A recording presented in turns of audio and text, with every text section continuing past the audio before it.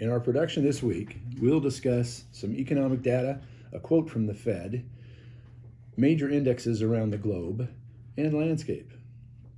Hello, everybody. I'm Don Houston with United States Investors International at LPL Financial.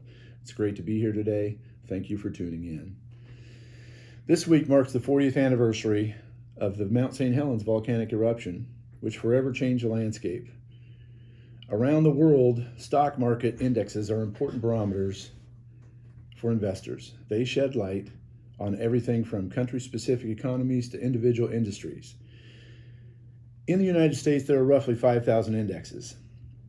That being said, Wall Street and the world are generally only concerned with three: the 30-stock Dow Jones Industrial Average, the NASDAQ, and of course, last but not least, the S&P 500 Index. The Standard & Poor's 500 Index is made up of the 500 largest publicly traded companies in the United States based on market capitalization. Market capitalization is determined by taking all the outstanding shares for an individual company and multiplying them by their individual stock price. And that gives us the market. In March, share prices of most companies plummeted because of the coronavirus pandemic.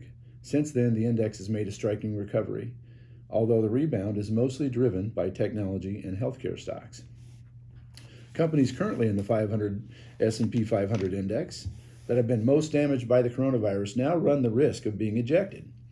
Furthermore, although the index is considered a passive investment, there are active measures being taken behind the scenes by the S&P 500 committee, which uses a 41-page S&P US indices methodology rulebook to decide whether certain companies were hurt enough to be ejected from the index itself.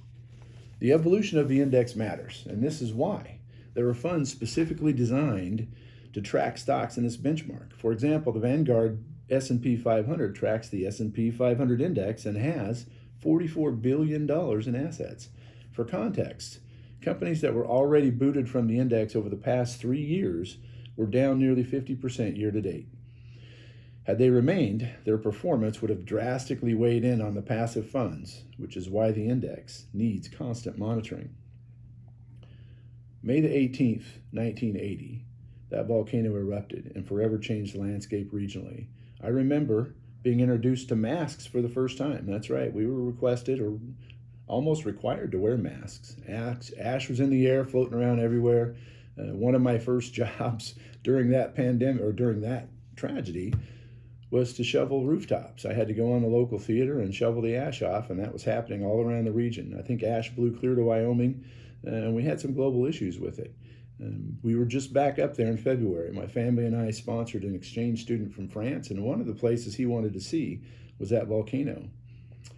I was surprised to see how beautiful the landscape looked. I'd seen the destruction and the devastation, and it was total, for sure, and certainly a game changer. We managed to navigate just like we're going to navigate this issue now. We wear our masks, we do what we're supposed to do, we've been staying home, and we're going to get on top of this pandemic. I look forward to helping you navigate it with me. Thanks for tuning in again. I certainly appreciate you being here with me. Until next time.